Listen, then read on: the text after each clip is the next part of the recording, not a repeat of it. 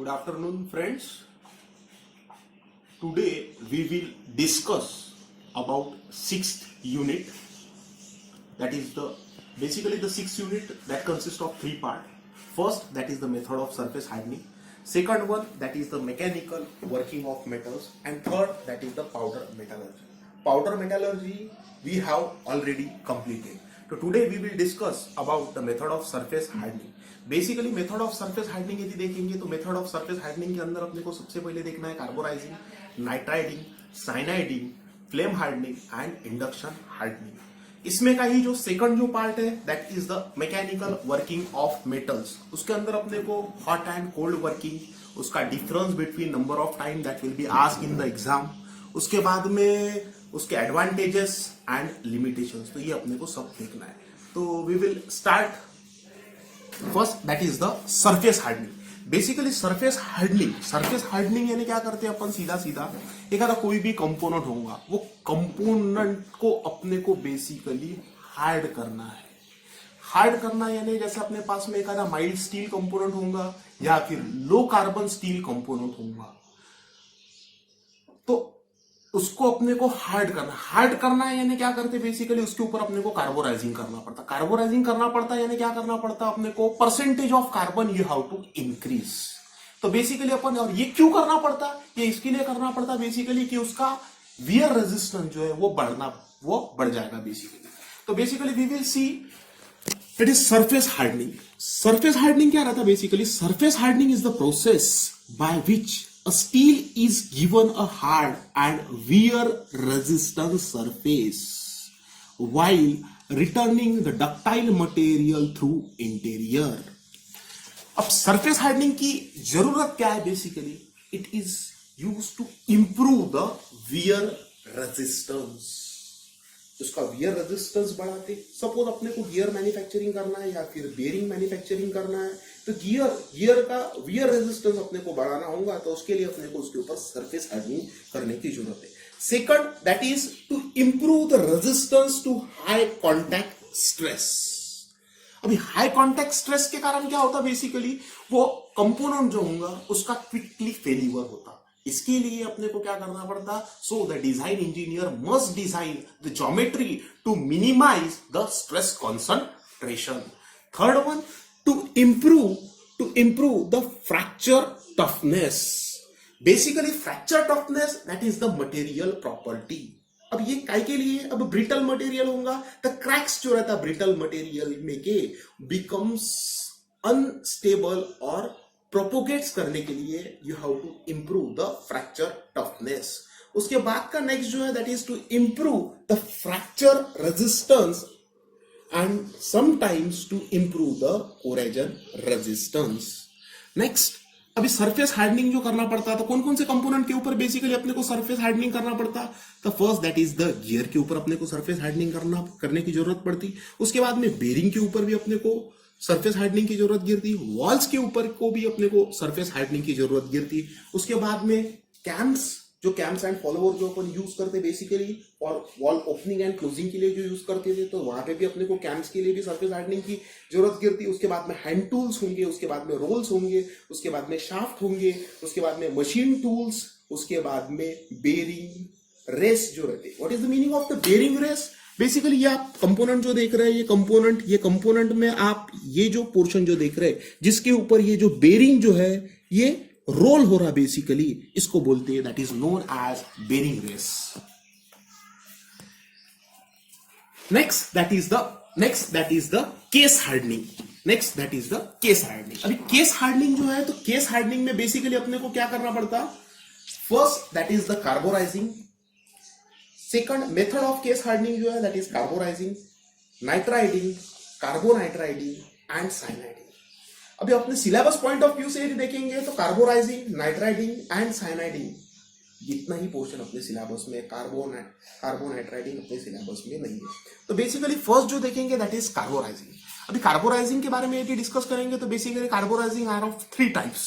One that is the pack carburizing, second one that is known as the liquid carburizing and third that is the gas carburizing. अभी carburizing में क्या करते, basically percentage जो है वो carbon के percentage अपन बढ़ाते हैं। यानी बेसिकली मेटल सरफेस जो रहेगा उसके ऊपर क्या करते हैं अपने को परसेंटेज जो कार्बन के है वो क्या करते हैं अपन ऐड करते हैं। डेफिनेशन पॉइंट ऑफ व्यू से यदि देखेंगे तो ऐसा बोल सकते हैं अपन, carburising is a hardening process in which the carbon is introduced into the surface layer of the steel, और ऐसा भी बोल सकते हैं this method of increasing the carbon on the surface of the steel is called carburizing।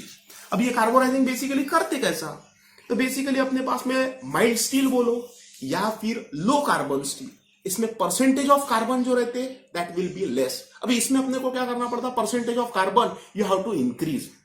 तो ये करते कैसे, जैसे अपन ने देखा कि स्टील जो रहेगा, the steel is heated in contact with the substance that has high carbon content. जैसे स्टील जो होगा उसको अपने को हीट करना पड़ता।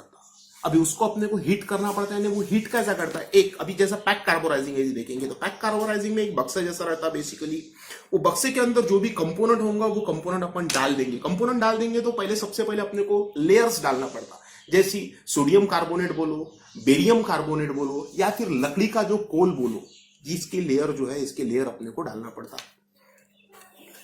The steel is heated at a temperature above the upper critical temperature, that is 850 to 950 degrees centigrade for a suitable period of time, then quench rapidly to produce a hardened surface layer or a case over a softer and tough core।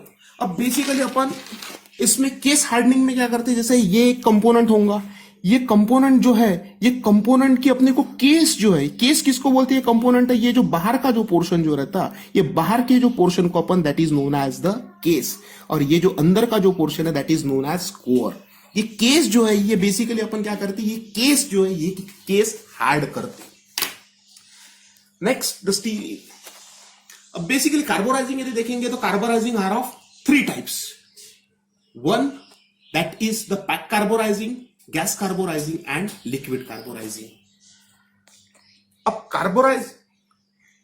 carborizing is done on a low carbon steel, जिसमें percentage of carbon जो रहेगा steel का that is 0.25%। Carburising time जो रहता है that will be very according to the product के हिसाब से, यानी 4 आवर टू 70 आवर। उसकी लेंथ जो रहेंगी, the length to the time the steel is left in the furnace determine the depth of carborizing, कितना अपने को डेप्थ तक के कार्बोराइजिंग करना है। Next that is the case depth range. अभी केस डेप्थ रेंज जो रहती है दैट इज 0.08 mm से लेके तो 6.4 mm में बी स्पेसिफाइड। अब ये depending upon the service condition of the service requirement of the product. The carburizing process does not harden the steel, it only increase the। अब बेसिकली क्या करते हैं, जो कार्बोराइजिंग जो है वो carburizing process does not harden the steel, it only increase the carbon contents, यानी carbon की जो परसेंटेज है वो अपन बढ़ा रहे हैं। वो बढ़ा रहा है यानी कैसे बढ़ा रहा है, बेसिकली जैसे अपन ने क्या किया, एक कंपोनेंट है उसको हीट करा, यानी सबसे पहले अपन ने क्या किया, सोडियम कार्बोनेट लिया, सोडियम कार्बोनेट का मिक्सचर, बेरियम कार्बोनेट का बोलो या फिर लकड़ी का कोल है, वो कोल के ऊपर वो कंपोनेंट रख दिया और उसको सील पैक कर दिया बेसिकली। वो अपन डिस्कस करेंगे हाउ इट विल वर्क। अब ये जैसे देखेंगे अपन पैक कार्बोराइजिंग। अभी पैक कार्बोराइजिंग में बेसिकली क्या है, ये जो कंपोनेंट जो दिख रहा है ये जो है इसको सील किया हुआ है बेसिकली, और ये अंदर एक कंपोनेंट डाल दिया, इसके अंदर जो है that is the activate charcoal डाल दिए बेसिकली, ठीक है, और इसको अपन हीट कर रहे हैं। In a pack carburising the steel piece is packed in the steel container. एक पीस लिया, उसको एक स्टील कंटेनर में डाल दिया। अभी उसको क्या किया, कंप्लीटली एनक्लोज किया बेसिकली, कंप्लीटली क्या किया, उसको एनक्लोज किया यानी सील कर दिया basically. The charcoal is treated with the barium carbonate which promotes the formation of CO2। CO reacts with the low carbon steel surface to form the atoms which diffuse into the steel, and quenching is difficult in the pack carborizing. Usually the part is allowed to cool slowly and then harden and temper। अब ये जो carburising का ये जो time जो है basically that is 4 hour to 10 hours, और depth जो रहेगा दैट इज 1.3 mm। इससे भी अपन ज्यादा देर तक के रहेंगे तो यू विल गेट, यानी ज्यादा डेप्थ तक के क्या हो जाएगा बेसिकली हार्डन सरफेस। जैसे अपन ने देखा कि ऊपर की केस कम लगता होगा तो अपने को केस के लिए बेसिकली अपने को डिपेंड्स ऑन द टाइम और टेम्परेचर के ऊपर वो बेसिकली डिपेंड रहेगा। Next that is the gas carburizing. अभी मैंने कार्बोराइजिंग कर रहे हैं यानी बेसिकली क्या कर रहे हैं अपन सीधा सीधा कि परसेंटेज ऑफ कार्बन जो है that you have to increase. Percentage of carbon क्या कर रहे हैं अपन बढ़ा रहे हैं।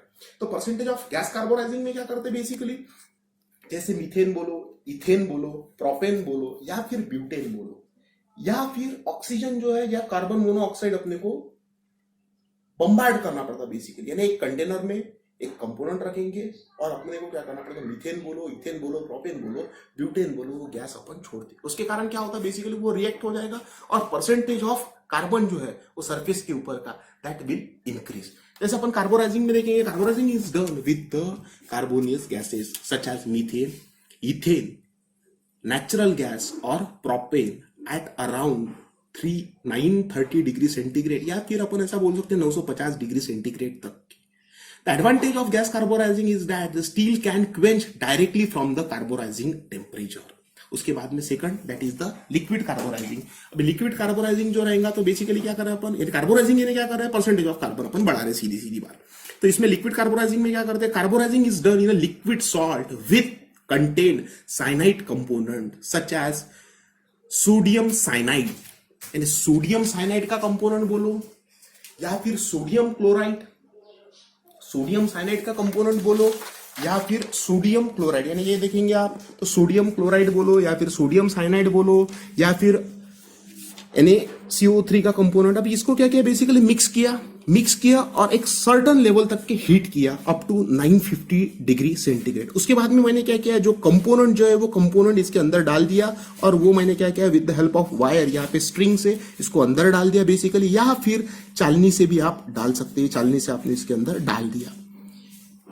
Next that happen in the case of liquid carbon, then that is the nitriding. अभी nitriding में क्या करते हैं basically, another process by which the case hardening of the steel is achieved, that is the nitriding. In nitriding, the steel piece is heated in the surface between 500 to 600 degrees centigrade. At the same time is exposed to the ammonia gas. The heat from the furnace causes the ammonia to decompose into hydrogen and nitrogen. Nitrogen reacts the element in the steel to, अपन सीधा सीधा working देखेंगे तो basically इसमें क्या होता है, here that is the nitrogen cylinder, यहाँ पे जो प्रेशर रेगुलेटिंग वॉल्व दिया हुआ है। अब बेसिकली नाइट्रोजन गैस ये कंपोनेंट जो है, ये कंपोनेंट अपन ने फर्नेस के अंदर डाल दिया, इसको अपन क्या कर रहे हैं बेसिकली हीट कर रहे हैं, इसको हीट कर रहे हैं और नाइट्रोजन गैस जो है एक इनलेट और एक आउटलेट, ये इनलेट पोर्ट से क्या हो रहा है बेसिकली अपन नाइट्रोजन गैस जो है वो अंदर छूट रही है।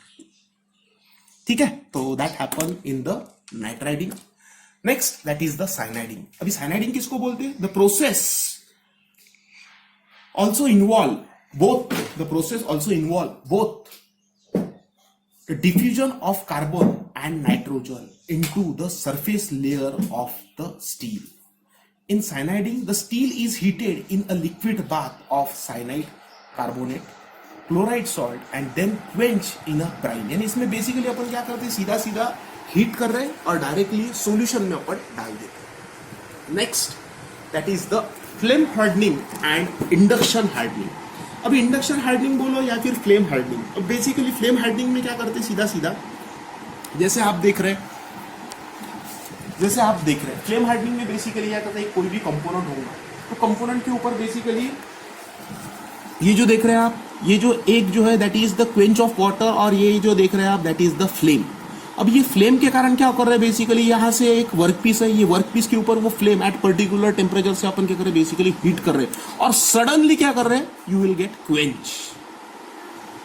ठीक है, तो ये जो सरफेस जो है, ये सरफेस क्या हो जाएगा basically that will get hard. ठीक है, और ये जो सरफेस जो हो रहा है ये फ्लेम के कारण हार्ड हो रहा है, that's why it is known as flame hardening. अभी इंडक्शन हार्डनिंग में भी क्या करते हैं अपन, सरफेस जो है वो हार्ड करते मगर with the help of induction. जैसे आप देखेंगे कि इंडक्शन हार्डनिंग में बेसिकली क्या होता है, ये जो रह रहा है that is the power supply. ये आपका एक ऑब्जेक्ट जो है, ये ऑब्जेक्ट जो है इसको आपने हीटिंग कॉइल लगा दिया और हीटिंग कॉइल के कारण क्या हो जाएगा, object that will get heated, उसके कारण मैग्नेटिक फ्लक्स जो है दैट विल बी डेवलप और उसको आपने सडनली क्वेंच किया तो उसके कारण बेसिकली वो component that will get hard. ठीक है, तो ये देखा अपन ने flame hardening and induction hardening के बारे में। अब बेसिकली फ्लेम हार्डनिंग यदि देखेंगे तो फ्लेम हार्डनिंग में heating the gamma region with the oxy acetylene flame. जैसे आपने देखा कि फ्लेम हार्डनिंग में अपन क्या करते हैं कि अपन with the help of flame से क्या करते उसको गर्म करते और सडनली क्या करते क्वेंच करते in case of flame hardening in oxy acetylene gas के कारण। तो ऐसा बोल सकते हैं अपन heating the gamma region with the oxy acetylene flame quench then the surface hardening ticks control by temperature and time. यानी अपन बेसिकली टेम्परेचर यदि बढ़ा देंगे और टाइम बढ़ा देंगे तो ज्यादा से ज्यादा यानी first layer second layer component है, वो कंपोनेंट के ऊपर ये कंपोनेंट है, ये कंपोनेंट अभी इसको अपने को कितना हार्ड करना है ये डिपेंड रहेगा आपका टेम्परेचर के ऊपर और आपके टाइम के ऊपर। आपने ज्यादा देर तक की इसको हीट किया तो ये अंदर तक की हीट होते जाएगा, उसके ऊपर आप क्वेंच करेंगे, ज्यादा पोर्शन हार्ड होगा। That happen in the flame hardening. यानी डिपेंड काय के ऊपर है basically, that depends on the time and temperature के ऊपर। एडवांटेजेस यदि देखेंगे that is the no scaling effect, cheap and portable, over heating can damage the component obviously. Application point of view यदि देखेंगे that will be use in the crankshaft, gears, automotive components which require high core strength. Next, that is the induction hardening. अभी induction hardening में क्या करा basically, induce the current, यानी अपन ने देखा metal will be surrounded in a quick changing magnetic field, hitting the temperature up to 750 to 850 और उसके बाद में अपन क्या करें उसको quench करें। एडवांटेजेस पॉइंट ऑफ व्यू देखेंगे तो no scaling effect, reduce the distortion. Cost यदि देखेंगे आप तो कॉस्ट इसकी जो कॉस्ट जो रहेगी as compared to flame hardening, their cost that is the high cost. Application point of view देखेंगे that is used in the crankshaft, gears, automotive components में भी अपन इसका यूज करते हैं। Next